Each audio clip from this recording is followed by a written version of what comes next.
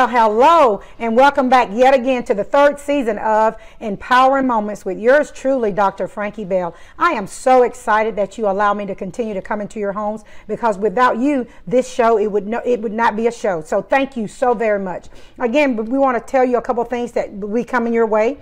We have 2 books that'll soon be released. One is called The Companion for Choose to Win. And thank you so much for the support of Choose to Win. It has been amazing. We're going to do Leaders Shift. We all know if you're in the kingdom, there must be some shifting.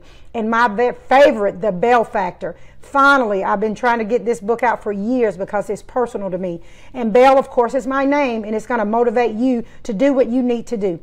Now, on to why we're here. I'm so excited to yet again to bring you such a special person.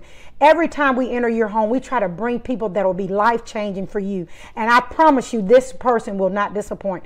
We will introduce to you my friend, none other than Miss Katie Prather Baisden. So honored to have you here today, Katie. I love you so much. Always have for years. So thank you for taking this opportunity to join us. Thank you. I'm excited to be here. Yeah, you're still as pretty as I remember in high school. Sweet. I remember meeting you when I was in high school and just looking up to you. You were such a poised young person, such a person who did so many things to empower young people like me. Like, you didn't know this. When I was growing up, I had such a hard time. And to come to school and have people that you can look up to and that would be a mentor for you, it's just awesome. So I thank you for that. I don't think I've ever publicly told you that, so I appreciate you. But I know I've told you publicly that I had a crush on your brother, Clyde.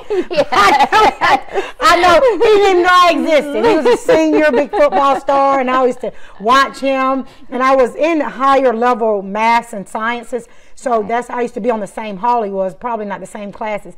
And I used to be just like, he is just the boy. He didn't even know I was in the world.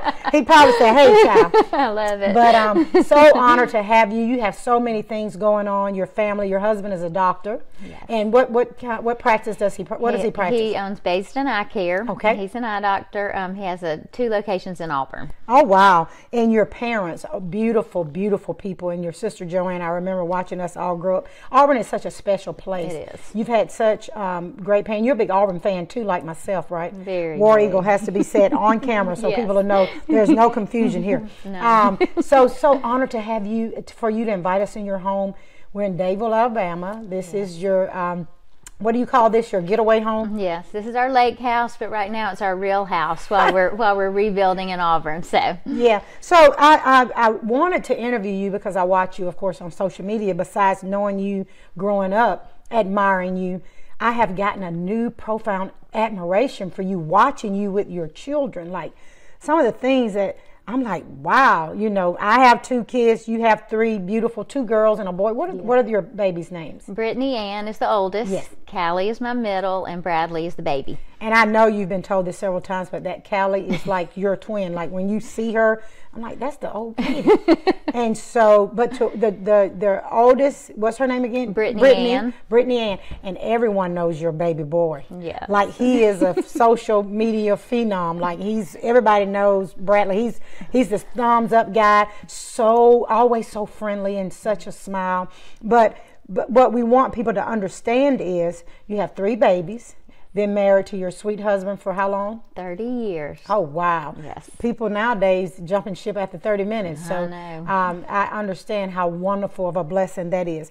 So tell me a little bit about what Katie is doing right now, because we're going to start talking about your kids. And just like most moms, I don't want you to forget about you, because we will forget about us when we get to talk about our kids. Yes. We don't exist. Yes. So tell me a little bit, what's going on with you now? What are the things that you're doing? Right now I'm actually planning a wedding for child number 2. Oh, congratulations. Yes. That is something. That is something, and we're building a house, but what I love to spend my time doing is, along with 2 other women, I started a foundation 2 years ago called the Eagles Foundation.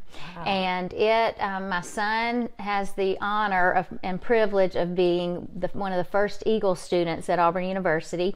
It is a program for students with intellectual disabilities to have a college experience where they learn independent living skills and job skills so they can live on their own after college.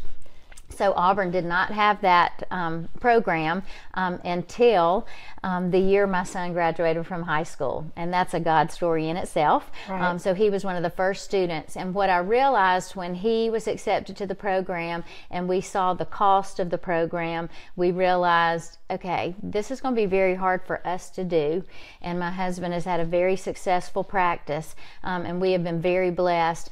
But what hit me is there are so many people that this couldn't even be an option. Wow. And their special needs child deserves this opportunity just as much as mine. Wow. And I didn't want it to be a situation where it would be only for the wealthy people who, had special needs children who could come up with the money to pay for it. So I joined with Denise Sloop and Sarah Newton to start the foundation. And so our sole purpose is to raise money for scholarships for students to come to the program and not put the financial burden on their families. So we've been working for a couple of years and we've raised a lot of money. We've been able to do scholarships now for 2 years. We're doing partial scholarships right now, but we're also putting money into an endowment. So our ultimate goal is to be able to pay the program fee for every student that ever comes for generations through the interest of the endowment. Wow.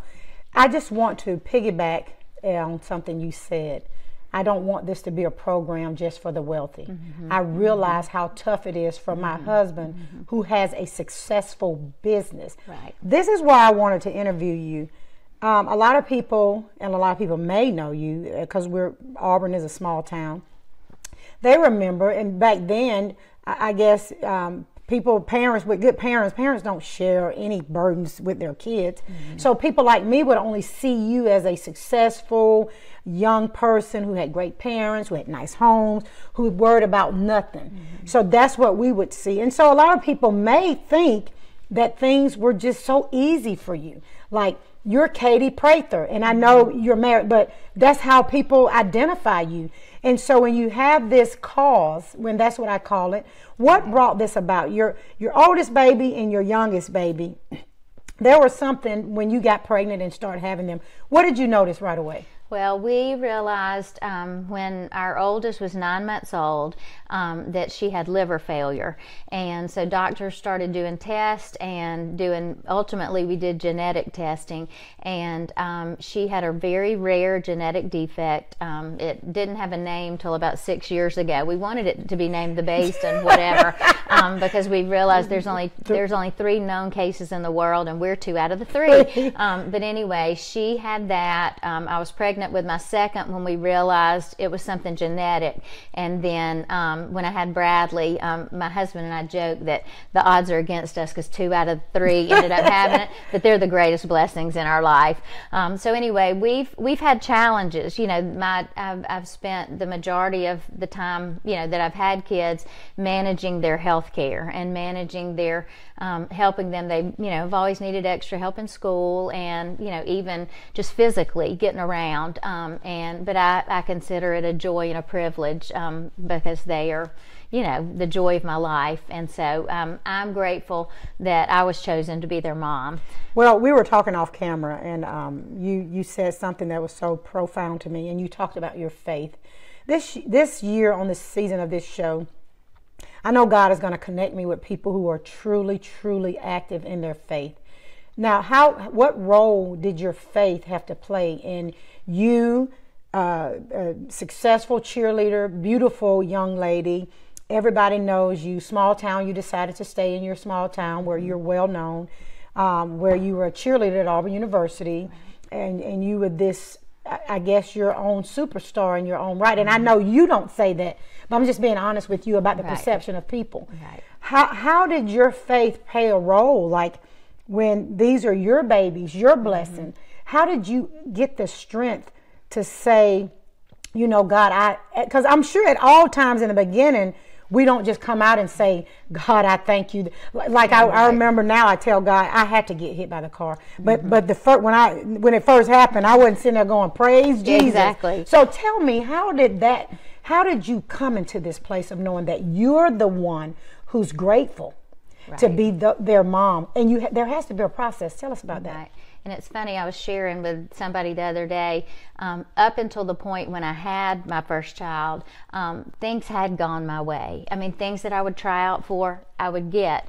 And I have always been a Christian, but in my own strength, I was able to do a lot of things. Right. And so when I found myself, it was Christmas Eve, my baby's first Christmas Eve, and it was going to be the perfect first Christmas, presents under the tree, outfits ready for her, bows to match. Yep. And when I found myself in the back seat of the car next to the carrier on the way to Children's Hospital, because she had left our hospital at East Alabama Medical Center and had to be admitted to Children's, and I realized then, you know what, Lord, this is something I can't control. Wow. And I can't make it turn out a certain way because of any ability or gift you gave me.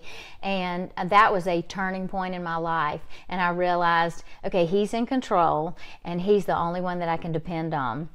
And so it started my faith journey on a trajectory that I can't even comprehend.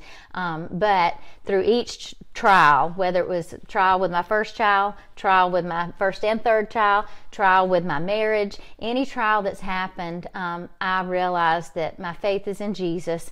He's going to strengthen me, and he's going to get me through these times that seem out of control at the time. Well, it's amazing that you say that. I was used to adversity. I was used to things not going my way. Right. So I've always fought. But I think sometimes we can sit in the back of the room and judge people just because, things happen their way, that they don't have trials. Right. And our Jesus know us a lot.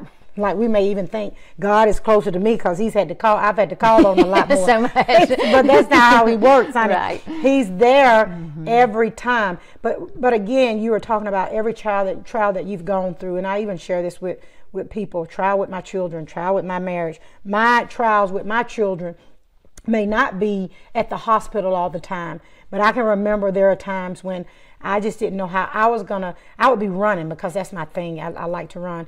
And I'd be like, Lord, you're going to have to help me, because first of all, sometimes I don't want to help myself. Right. Sometimes we'd like to be in that place where we can have a moment to say, God, you allowed this to happen to me. I'm a good servant. I go to church. We can always remind God of the things we do for him and how dare this happen to me, and how dare it be public. Right. How dare that the things that my children take me through are the things that I go through with my marriage. How dare you keep everybody else's secret but mine? And so there are some people who are watching this, and they know your family, and they've watched your son, and kudos to him for being a graduate. Kudos for him for doing things, and thankful for your husband. Yes. How did he, as a father for his first boy, and I know he was expecting it. They get excited about them boys. Yes. So tell me about his faith. What did it do for him?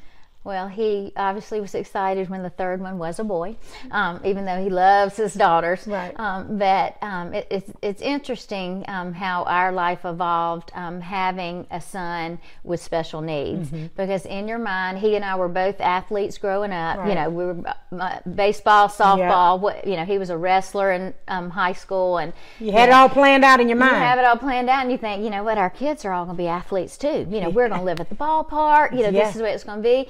And we thought that's what we wanted. We thought that was going to be the ideal life. That's what we wanted. And as we realized our kids weren't going to be able to do some of the things we did, it was interesting. I think at first it was hard, right, but then he has realized what a fulfilled life we have with our son Bradley. Yeah. And I just had somebody tell me yesterday, somebody that works with him at Auburn University, they said, I've never met a student who is like Bradley, who has never had a bad day. He always has a smile on his face. No matter what he has to do, okay, he's ready, he's happy. And so he changed our life, and we realized the things that we do with him now and the time we spend with him now is so much more valuable than watching him play on a ball field. And I'm thrilled for people whose children, that is their route in life, but it wasn't our route, and we wouldn't trade it for the world, because we have had more family time together. We spend so much more time together than maybe most families do, especially now, you know, that our kids are older. But they still, you know, live at home. Or Bradley's living, you know, in an apartment right now. How exciting. But we wouldn't trade that for the world. Well, it's funny you say that. Devin was, who's my son, my baby, said last night or night before, maybe Friday night, he said, Mom, that travel ball was quite expensive. And at the time, we were not, and I know you're not sending the message, because our son was an athlete, and his dad wasn't. I was a cheerleader. I always tell people when it was a sport, and we worked hard. We did. And so I wanted that for my children as well, so I get that, and I definitely don't hear you saying that your life is better than people who know. What you're saying is, for you, y'all spend a lot of time. You know what it takes to be a parent who has kids who are athletic, because your parents had to do it. Right. And not that your parents didn't love you and didn't spend time with you. However, you're noticing that there are some things that you get to see in your children because you have to look. Right. I always tell people, maybe we got away with a couple things because our parents were too busy. Exactly. So yes, so you got your Bradley's doing well. He's staying in his apartment. Yes, he lives in an apartment. Do they both drive? They don't, they don't yet. Brittany Ann just got her driver's license last week. Wow. They actually are.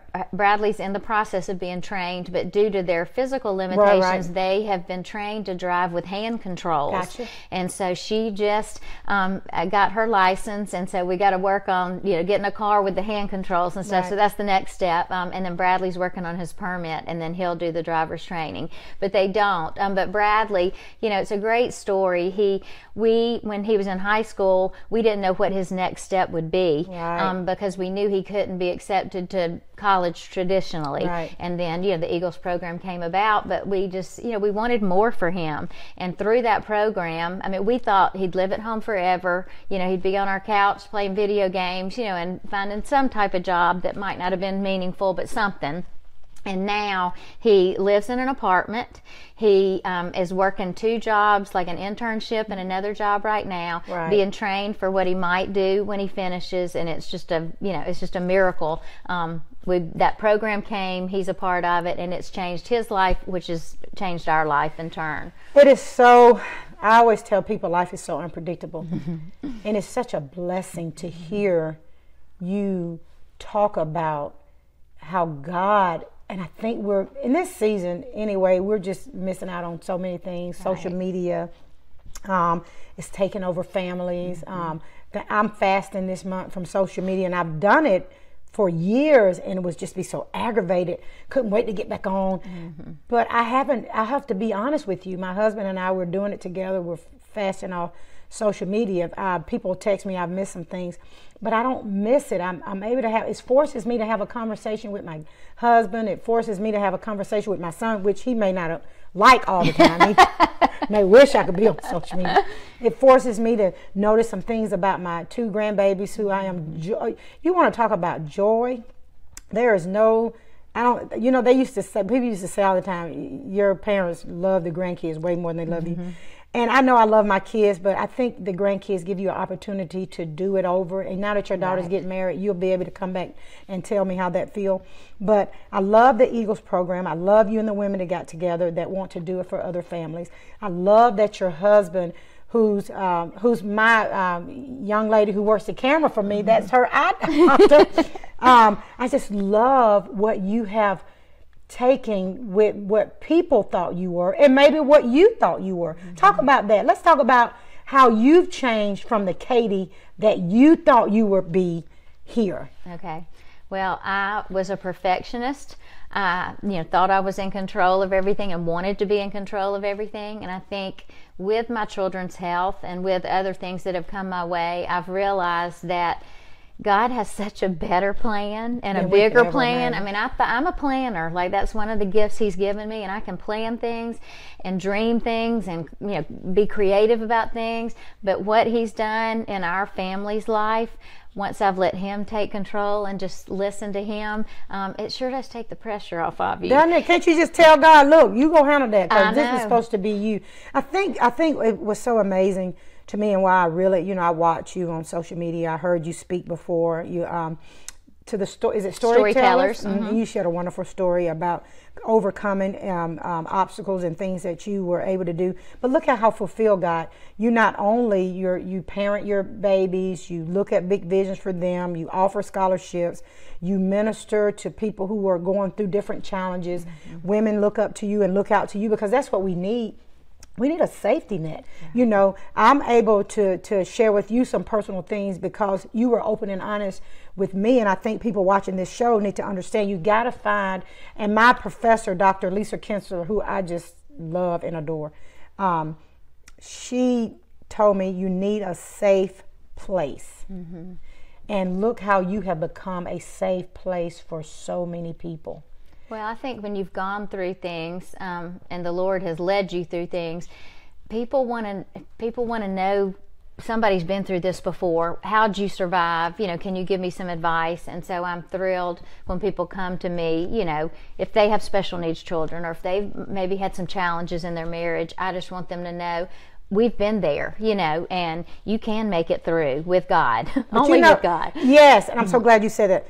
But I want to say this too. I have found, and I shared with you off camera, that there's a part of the ceremony when the ceremony when you get married, of course for rich or for poor, but there's for better or for worse. Mm-hmm. And God, I was telling you, God didn't just put that there because He was out of words. Right. He put that there because He wants you to follow His plan. And I have found that we think, oh, people want us to fail, they want us to go. No, I don't think that. Mm-hmm. I think. Mm-hmm. First of all, there are more people that are rooting for us than Satan wants us to believe. Right. People don't want marriages to break up. Mm-hmm. People don't. You got that small percentage of people who are just being led by Satan, and mm-hmm. we can't even focus on them anyway. Right. But for the majority, mm-hmm. I found that when you reach out to people, they want you to make it. Right. They want your children to do well. Yes. They love to hear your stories, but Satan has us so bound mm-hmm. that we don't even share how good our God is. Right. We keep it up. Like first thing I noticed when I walked in here was how this beautiful home you and your husband has built. And by the grace of God, He's been able to sustain your husband. You talked about having to stay at home with your kids. Imagine marrying a school teacher, God forbid, and one of y'all have to stay at home. And that means that we need to raise the pay of the teachers. Yes. And just putting that out there. Just imagine the strain it would have been on that family. God knew when you met your husband. Where did y'all meet? We met at Auburn. We met... he's 2 years older, and he was already a cheerleader at Auburn. And back in our day, you had to find a partner to try out with you. They didn't draw out of the hat. Right. And so I had a friend in my sorority who was dating a cheerleader, and she knew I wanted to try out. And she said, well, I've got this guy I know. I'll let you meet him on the Coliseum floor. And he said he'd try out with you, and that's who it was. Wow. And it was. And so he tried out with me. We both made it, and the rest is history. And thank God it's a good history. It's a good history. You have such, and definitely before we sign off, we're going to allow you to tell people where they can donate to your fund, your scholarship fund, because that is the best thing. I'm a giver, and I believe into sowing into things that are my husband, Bell Transport, will love to support and give you all a donation, because I believe in your cause. I believe in what you've become. I believe in what you stand for. I'm standing here, I'm telling you, I know it's hard to believe, you're just such a great person in high school. And everybody is not nice in high school to people who didn't have what you have. The world needs to understand that you were nice to me, even though we came from two different worlds. You would always speak to me. You was always polite. I loved you. I know. You helped entertain me. All right. Quite the entertainer I was. Still is, if you ask my husband. But you were just so nice. And I think these young people need to understand, here I am, older than 30 or 40, don't worry about how old, and still remembering how nice you were. So of course God thought that your babies had to go. See, I never thought about it till now. You were the gift from God to them. He had to give it to someone that would just be so unconditionally loving. You spoke to everybody, so why not? You know, it's just like that scripture in the Bible said, Have you considered my servant Job? I'm pretty sure Jesus was like, have you considered my servant Katie? No. And I know it's not to boast. It's just that your love for Jesus resonates right here on this couch. It is such an amazing honor to be in front of somebody who loves the Lord like you do in this season. And I'm so grateful. So before we sign off, please, please, please tell everybody where we can donate to your foundation. You can go to theeaglesfoundation.org, and it will have information about our foundation, pictures of the kids, and it'll show you there's a donate button. So thank you. I appreciate that. Please, I'm so excited. So we are just honored. We are so proud of your family. We got a wedding. What's the date? When are we getting? June 25th. Ooh, that's coming up. I know. Has she said yes to the dress yet? She said yes to the dress. She said yes to the. So how's Dad with that? You know, Dad keeps saying, now I can change my mind. And I'm like, no, you can't. Can't change it yet. So, we love her fiance, so we're thrilled. We're thrilled. But your other two babies' driver's license, look at how God has evolved the patience. To be patient. You have to be patient to be able for your kids to thrive the way that they have.